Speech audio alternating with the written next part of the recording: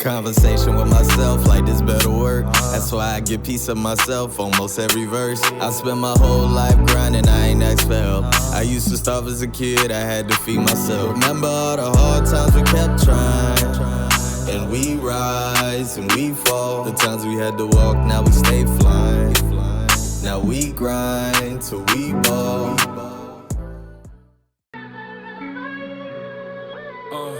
I told her to tap my name on it so I know it's real. Girl, you know the deal, they faking everything I do, they hate, but that's okay.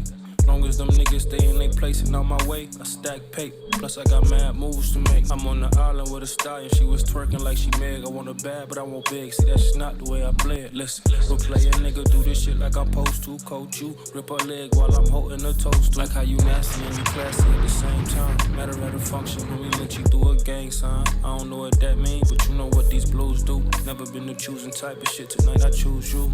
And now we headed to her crib. Can't let her find out where I live, cause I don't eat. Where I shit and I don't drink, where I spit. Don't take him to the spit out, that shit get his eye. Bitches will get you set up, pumped up, and wet up.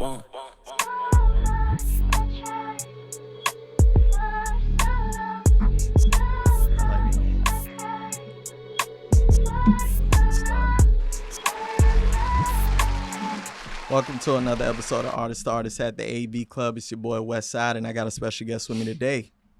What's up, what's up? Appreciate you having me, bro. Dominique, a.k.a. Mitchmula. Let's get it. I appreciate you pulling up, man. We had to reschedule a couple times, but perfect time for us to get this started. Yes, sir. So where I like to start always is where the music start for you. So when I say that, it's just basically who would you give credit for as far as like putting music in your life? Man. Your parents, friends, family, whoever. It's my parents for sure. My mom, growing up, my mom, I'm Guyanese, so we had the sound system in the crib. You know how it is with the two big speakers on the side of the TV. Yeah. So we had that. Grew up listening to Barry Simon, Garnett Silk, Sizzler, Buju, them guys. So my mom definitely. And then I moved and started living with my dad when I was 13. Okay. And he was a music producer. But I never made music. I never touched none of the instruments. But I'm down there every night listening to music, listening to the songs, listening to him write songs, mix songs. So both of them combined. Yeah. That's where it come from. So, like, would you say the love started there when you was watching your dad as far as, like, the process? Nah, because I didn't imagine, right? I come home from school or football practice, and I'm in the basement playing 2K or something on the TV, and I'm literally playing the game right here in the studios in the same spot. So he right, like, maybe 5 feet away from me, mixing. I'm just doing my thing. I'm hearing everything, but I'm not paying attention to it. You see what I'm saying? So I probably witnessed him make 100 beats, but never actually like, oh, you put the snare right there, you put the sample. Like, it's a couple times I probably, just listened in and heard him chop a sample, and I'm thinking like, oh, this would sound good there, but I never actively went and touched or participated in none of the creation of the music. But the love of music started when I was a kid, for sure. Okay, so exactly where would you say it started then? If it, him being there, so where would you say when you found yourself wanting to go to the studio and make like your first song? Man. My first time interacting with anything musically, like making music or being a part of the creation, I was probably like 7 or 8 years old. Yeah. And I used to buy like cassette tapes from the dollar store, and I would come home and I would record like mixtapes on there. Like, I would record my favorite songs on the cassette tape, so I could listen to it when sit there and hit the record. Exactly, you record it, go on the tape, and then I could play it back in the tape player and just run it like that. But then at the same time, like I said, my mom had the stereo system. So whenever a song would come on that I like, I would go and EQ it. At the time, I'm not knowing this EQing. I'm just turning up the treble, turning on the bass. And then my aunt, it's like a couple different things that happen. So like my aunt always bought like Benzes and BMWs, and they always had the best sound system. So anytime she bought a new car, she would tell me, yo, come and make my stuff sound good. So I go in there and literally engineer her car. Oh, that's fire. Yeah. Shout out to them. That's what's up. I find a lot of time that's where it starts. Sometimes it's in the most simplest forms when it comes to music. You know what I mean? Like, when it came to music for me, it was more so just, I always say it started from poetry. Just because it was an assignment in school. And then I did a poem. You young, you don't really know whether you good or not. Right. But, when someone say, oh, this is dope, you like, oh, okay, cool. All right, it's dope. And then with time, you get opportunities, people pulling you to do this, or why don't you doing this performance or this showcasing. You like, all right, why these people keep asking me to do Right. this stuff? You know what I'm Right. saying? You're not knowing, you have a talent and so on and so forth. Right. You just think that you just doing something like, yeah, they just like how I do this, but you're not taking it seriously. Just like whatever. Like for me, Yeah. it was sports. Like I love sports when I was growing up. Okay. Sports, I love football and basketball. Those are my two diehard things. Right. You know what I'm saying? Music, I always looked at it like it was something that I looked at such a high praise that I didn't think I could do it. You get what I'm saying? Okay. Because, and it could have been the group that the people I watch as far as music growing up, your Jay-Z, your Nas, and you seeing them do all this stuff. You in amazement, like how the hell, you know what I'm saying? Right. How he put all those words together. Let me ask you, did you think you couldn't do it, or you just didn't think of doing it like that? I would say it's a little bit of both. Okay. You know what I'm saying? It's kind of like when you watch wrestling. Yeah. You know what I'm Like, saying? you want to rock bottom somebody, but it's like, damn, could I really rock bottom somebody? Bottom? I don't think I could. I don't know. You know what I'm Right, saying? right. Bro, pretty big. You look like he been training a long time Right. for this. I don't think this is something I could just jump in to do. Straight up. You get what I'm straight saying? up, I would straight say up. now this generation is more of the, I can do it. Right. More so than us kind of like growing up and seeing it. And it's like, unless somebody nudged you into it. Yeah. Because I get a lot of artists that say that too. It was more so like their parent pushing them up to the front. Like, hey, go try and do this. You know, if they Okay. in church, go sing in the choir. You know what I'm Yeah, saying? So yeah, now yeah. they getting involved and they getting the experience of doing it and thinking about it. If you're in a church and they tell you to go do the choir, you got an audience. Right. You on a stage. Right. You get what I'm saying? That's half the hurdle right there is being Facts. able to perform in front of a group of people. Mm-hmm. And you a child and you doing it and you getting exposure and you get off stage and you doing good, baby. Right. You know what I'm Right. saying? You ain't even got no nerves. You could perform in front of anybody at that point. Exactly. Right. So, that's a lot of people first nudge at music and they say, you know what, I'm going to try and see if I can do it from this point. You get what I'm saying? Yeah. So what was your, what would you say is your first push towards the front as far as music? Like, what point would you say you actually wanted to do it then?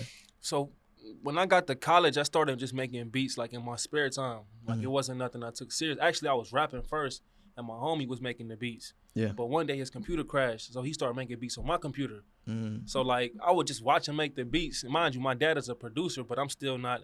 He'll tell me like, "Yo, come mess with FL." And I'm like, "Man, I'm a rapper, bro. Like that's you. Like I'm dubbing it. You know what I'm saying?" So one day, he left the program. He left FL Studio open on my computer, and I just started messing with it. You know what I'm saying? So I started to get like a liking for it, even though I'm ass. Like my first beat, my roommates running around laughing. They calling niggas into the room like, "Hey, listen to this shit he just made. He just made some bullshit." Like I swear to God, they was clowning me, right? Yeah. But I mean, they wasn't doing it for a negative reason. It's like imagine somebody as a football player next thing he trying to cook a gourmet meal. It's like, think you gonna burn the house down. You know what I'm saying? So that's kind of what their reaction was. But that was like my first time like actually interacting with it. And then when I tore my knee playing football, I knew how to make beats and I already had like a couple artists, like local artists in Cleveland that was messing with my stuff. So it's like, I don't got nothing else to do but this. So I had no choice really.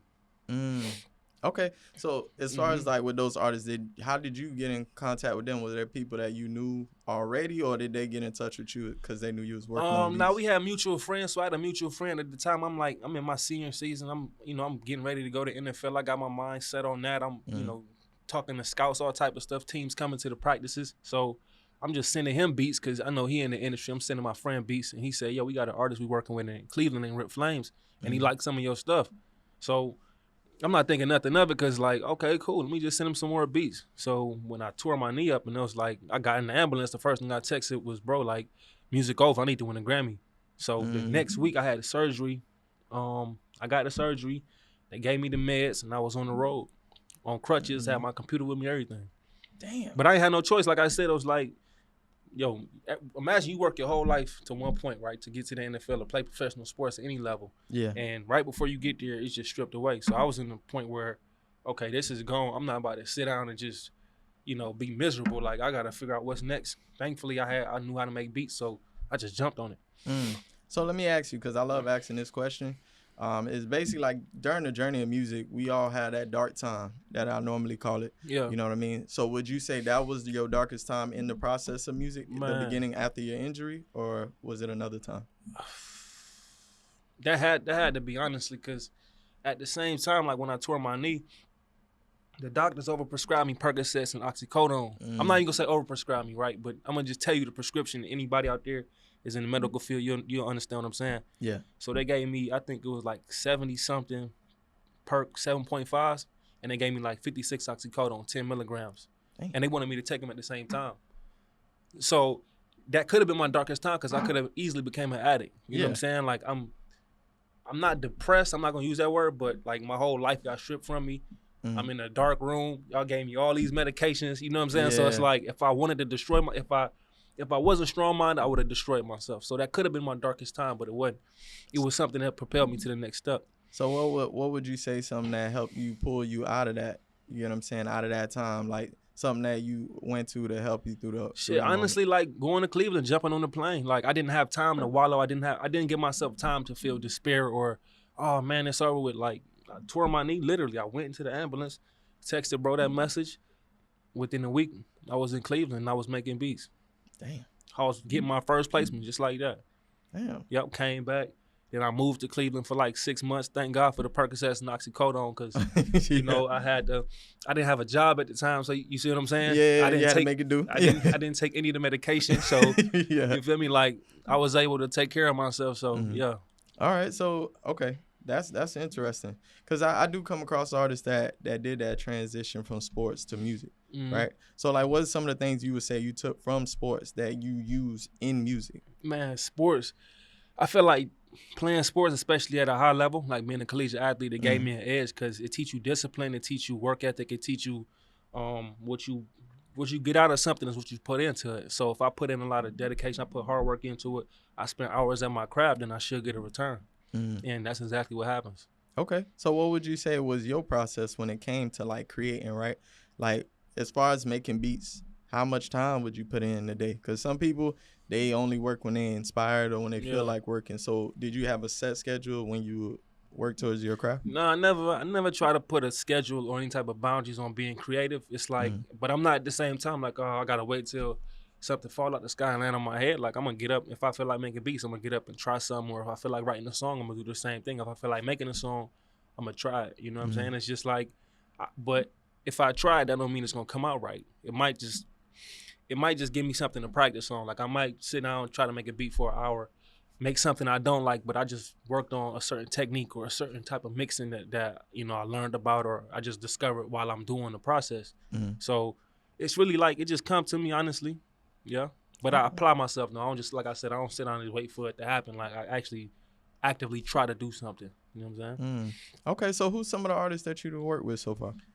I work with Juice WRLD, Yo Gotti, French Montana, Fabio Foreign, Burna Boy, Lil Wayne, Lil TJ.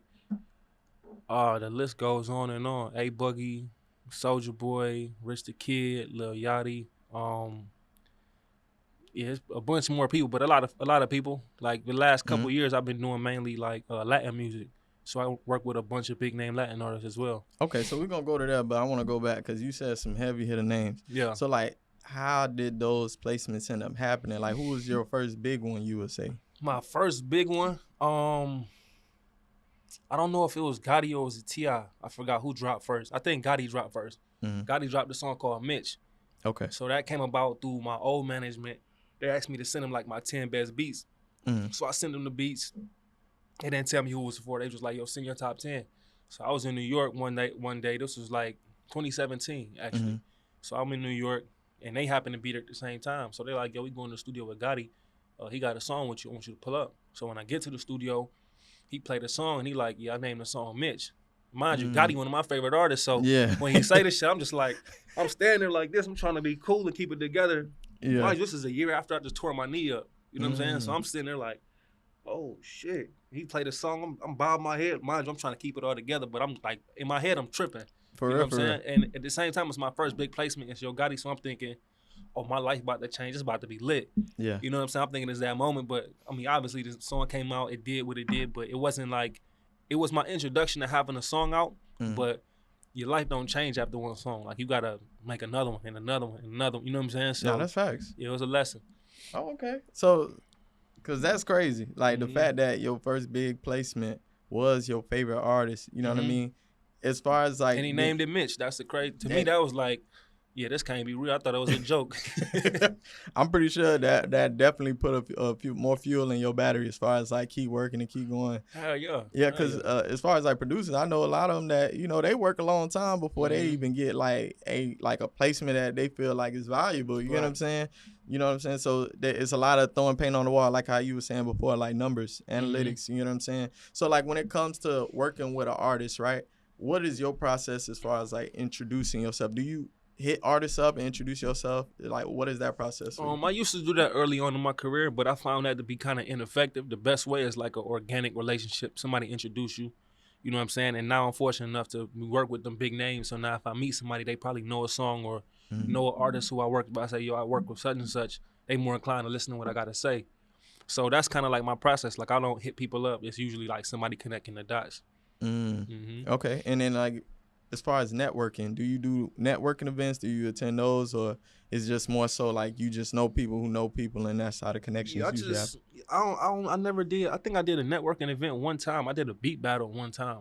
But I don't believe in networking events. I think it's like a forced gathering. You know what I'm saying? Like damn near, yeah. Everybody here to try to scale their operation. So it's like if I'm talking to you, and it's a networking event where I'm talking to you, you telling me what you do.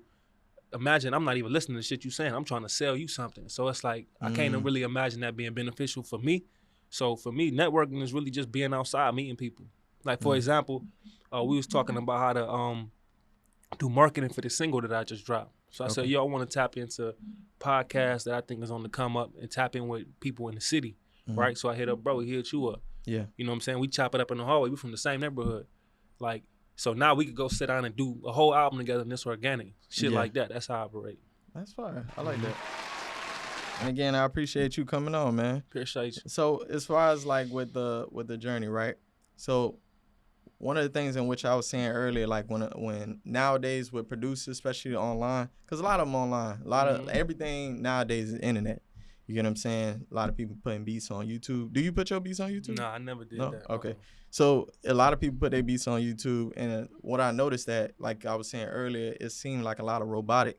Like a lot of people would hit you up, yo, dope music, bro, want to send you some beats. Right. And I'll be like, all right, cool, thank you, I appreciate it. All right, what you got? Right. And then they'll hit me with just go on my page and just go look for some beats. It's like, bro, if you had something for me, send it to me. Don't send me somewhere else. Like, you obviously took the time out to message me. Just put it in the message. You know what I'm saying? Like, that's facts. Yeah. And people don't understand the way you communicate it is much smoother in process as far as me willing or anybody willing to work with you. You get what I'm saying? Right. You get that way, but imagine if they actually took 30 minutes just to listen to the artist. Right. You get what I'm saying? Get a taste of what he liked to hear and sounds that he liked to use, and then go and either pick out of your bunch of beats that you got that sound remotely to that, or cook up something new and send him that and say, okay, what do you think of this? Right. He more likely to do a song on one of those, and you more likely to get a placement than to send him 10 beats that sound like maybe drill, but he ain't even a drill artist. Maybe he do more conscious, or exactly. You get what I'm saying? Just shooting in the dark at that point. Pretty much. Yeah. But it seems like it's a lot of that going on. You get what I'm saying? So it's I feel like that's kind of the way the world working right now. Cause I mean, I had even marketing. When you market in a single, everybody tell you the same thing. Yo, do TikToks. Are you saying do TikToks because you know it's effective, or are you saying that because everybody do TikToks when they drop a song or drop a hot product? Like, you know what I'm saying? Where's the actual thought process into it? Okay, cool, I'm going to do a TikTok. I got to have something different than just a repeat video of what everybody else doing. Like, what makes your shit actually different? You know what I'm saying? Do you know your demographic?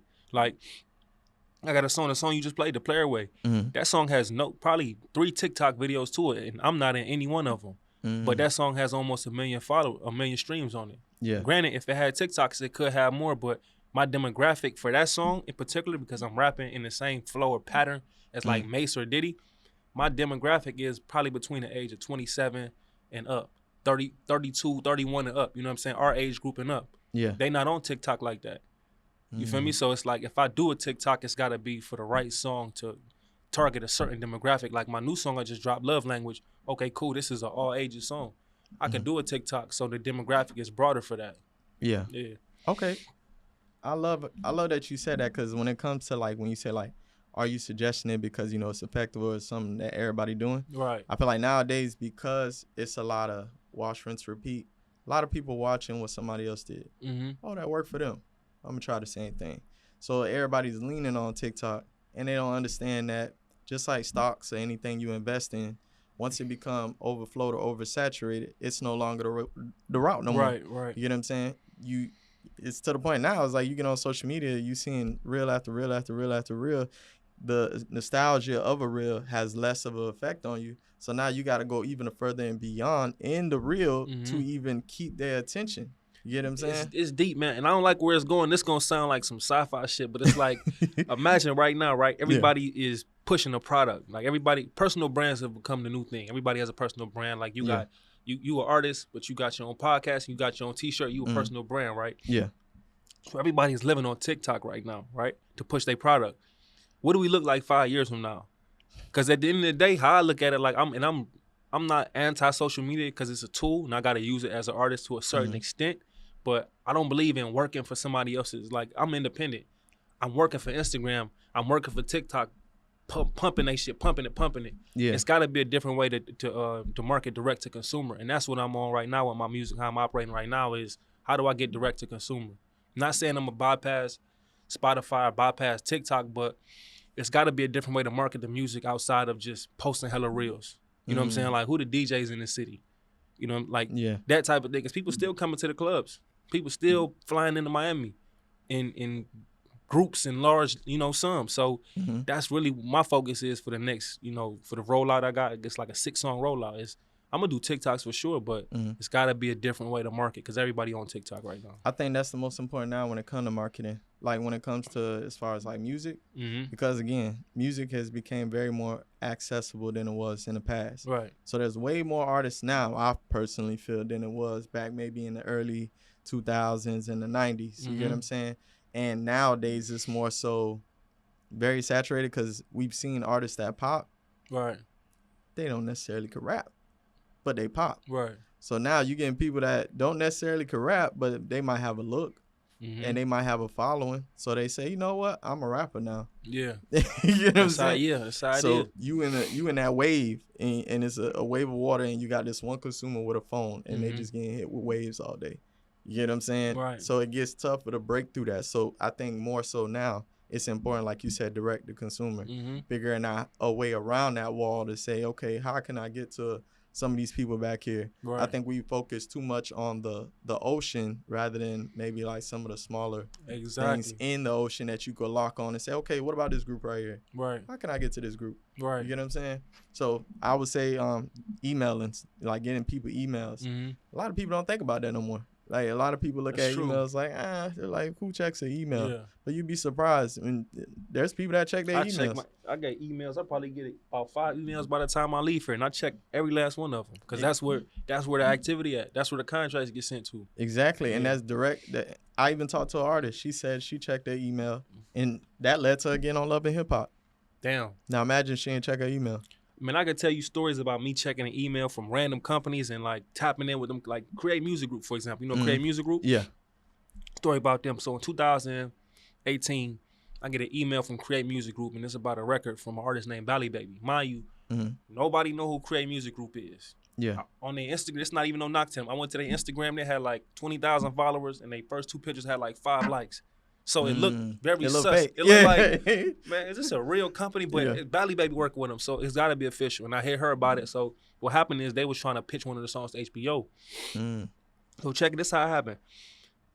I respond to the message. I send them what what I needed to send to clear the song, whatever. It didn't get pitched by HBO. They didn't pick it up at all. But in the message, because they have like the footers, and it says marketing, distribution, So I'm like, hey, I see y'all got publishing in here. Like, do you have a rep that I could talk to? Talk to the rep. Then my first my first admin deal. Then my first YouTube deal. Like, made well over 6 figures just by getting that email. It put me onto the information I was looking for. Because at the time I was trying to figure out, I got these songs and I'm not getting paid from none of the streams. Yeah. You know what I'm saying? So it's got to be a way. And I'm hearing about publishing. I'm hearing about this. I'm hearing about YouTube. So that was the first time, like, that interaction led to me getting paid. I gotta get that one. That's fire right there. And again, imagine if you ain't checked the email. Imagine if I ain't check. You see what I'm saying? Like, I'm checking every email that comes through. I'm clicking on, okay, cool, that's nothing. Okay, cool, that's something. Yeah. So I want to go back because you were saying now you've been doing Latin music. How did you get into that field? Man, so the first Latin song I ever did was shout out to Curtis and Breakfast in Vegas. It was an artist named Kim Vieira. This was like 2018. I'm not hip to the Latin side of the industry. I only know like Daddy Yankee and names like that. Yeah. So they was working with her, and they just told me to jump in on the session and produce something. I couldn't even tell you what I actually added to the beat. To be honest with you, like when I hear it today, I'm like, I don't know if I did anything, but you know, they got me on the song, so cool, right? But fast forward, I moved down to Miami 2022, and I got invited to a session from Ron from Creative Titans. He invited me to a session with Goyo, Slow Mike, and I'm in the session. Mind you, I don't know who they are, what they've done. I just know it's a Latin group from Colombia. I go in there. It's they Afro Latin as well. They Afro Latino. Okay. So this is like not my first time interacting with Afro Latins, but it's like I don't know anything about. I never really interacted with them before. Like, you know, you see a Latin person in Miami, they typically not black. Yeah. You see me? So I'm in there making music with them, and they like the shit I'm making. So honestly, where it started from was just like them liking the stuff I was making, me liking what they did to it. I think they vibe is cool. They fucking with me. Okay, cool. I'm gonna tap in with them even more. So what happened is after that, I just started hitting up Goyo and Mike like, yo, what y'all working on? Cool. Let's I'm about to book a session. Pull up. So I just started having them pull up at different sessions, working with them like that. And then, you know, it just leads to me working with somebody else, me working with somebody else, me working with somebody else. So now, like, I'm engineering, mixing, mastering, producing most of Goyo album and the music she got coming out with. I'm doing a lot of stuff with Slow Mike and, you know, the artists, hundreds of artists that he working with. So it's just organic. Like I said, bro, I got introduced to them in one session. That was 2 years ago. And I just stayed consistent with working with them. That's fine. But at the same time, what I want like producers to understand is like you can't overlook somebody because you're trying to get to the top. You feel me? Like I could have easily went in that room and like, okay, I'm working in Latin music. Where Bad Bunny, where J Balvin at? Yeah. They not in this room. Goyo in here. Slow Mike in here. What do they need? How can I help them? You know what I'm saying? They like what I got. I like what they doing. The fact that they appreciate what I'm bringing to the table, cool. I'm gonna get them 100% of whatever I could do.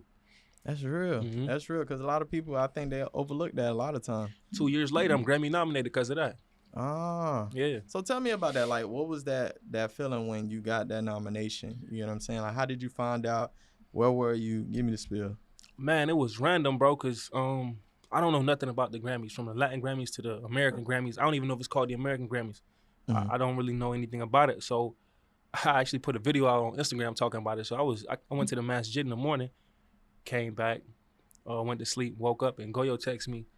She sent me like some screenshots and then some like, looked like some documentation information with like artist name on it. I don't know what it is. So yeah, I just go back to sleep. And then when I wake up again, mind you, I get back from the masjid at like 7 a.m. So I went to sleep, woke up, it was like 10, went back to sleep for like 30 minutes. The label hit me. Michael from Sony, he like, yo, we Grammy nominated, bro. Congrats. And he sent me the same message she sent. So I'm looking at it like, oh, this what this mean, right? So I'm like, oh shit, I'm Grammy nominated. So I mean, I'm not gonna lie and say like, oh, I was just floored and just overwhelmed with emotion.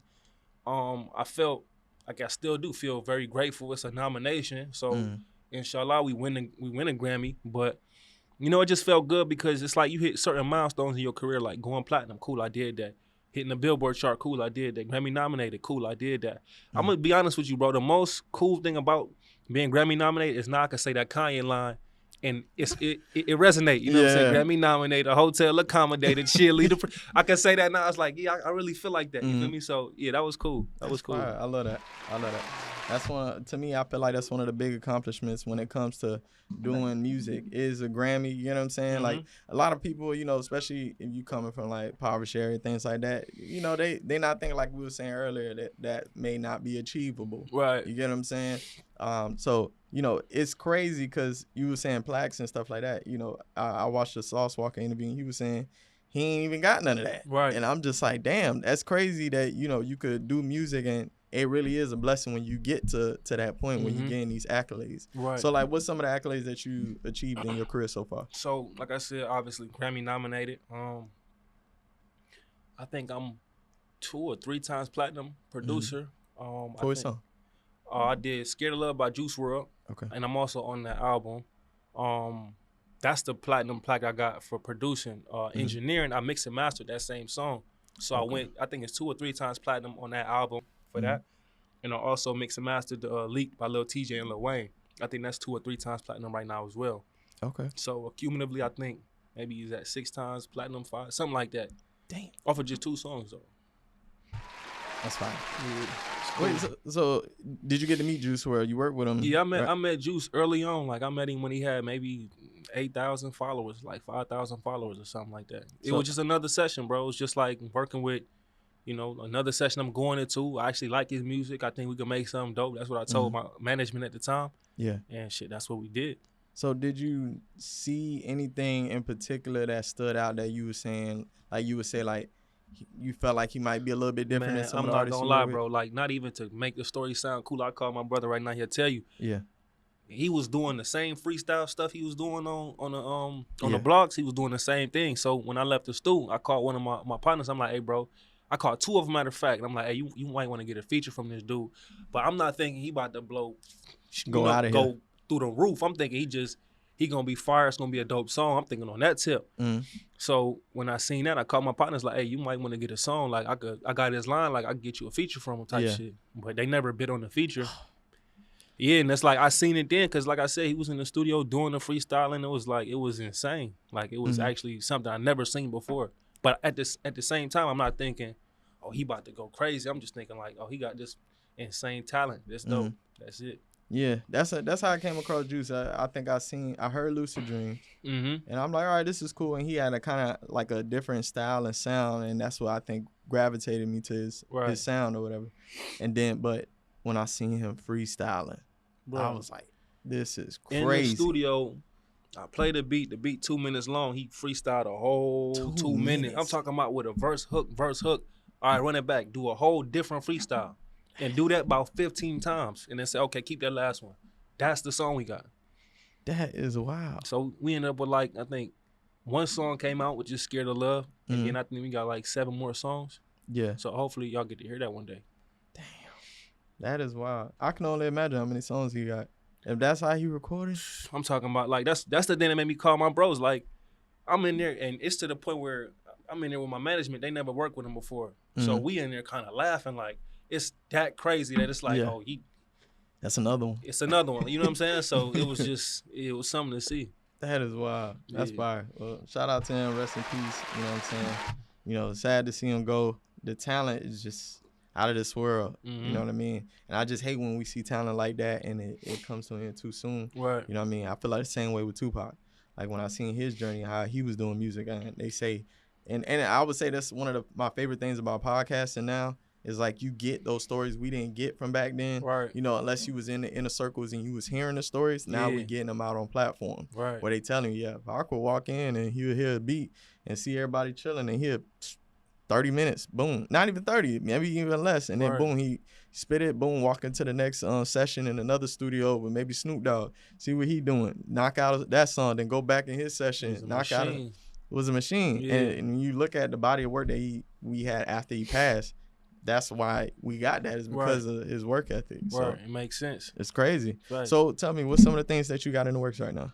Man, I'm working on, I got a bunch of singles lined up, producing a bunch of songs. I can't really speak on the songs that I'm producing or like that side of stuff. I don't like speaking on things before they actually come out. That's something I learned early in my career. Is like, you got that big song, shut your mouth about it. Don't say nothing until that ink dry, until it come out. I used to be on like, when I signed the paperwork, I could talk about it. But I done signed paperwork for a song, got paid for the song, and the song never come out.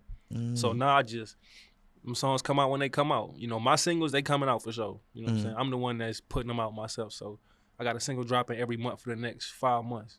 Okay, that's fire. All right. And where can they find you at? Go find me on Instagram at Mitchmula, MITCHMULA. I'm on Twitter at Mitchmula CMR. I'm on TikTok. Like I said, I barely on TikTok, so I don't even know my TikTok. And I think it's at the same thing, Mitchmula CMR. Or something like that, yeah. All right, well, I'm gonna confirm. I'm gonna have it in there. For sure. All right, so I want to thank you again for coming on, man. Also follow the AV Club Studios if you're looking for any 4K cameras. You want it for your podcasting, natural lighting. You need producers. We got you. Follow A2A.podcast on all platforms. You can hit the notification bell on YouTube. You'll get notified anytime we got a new drop.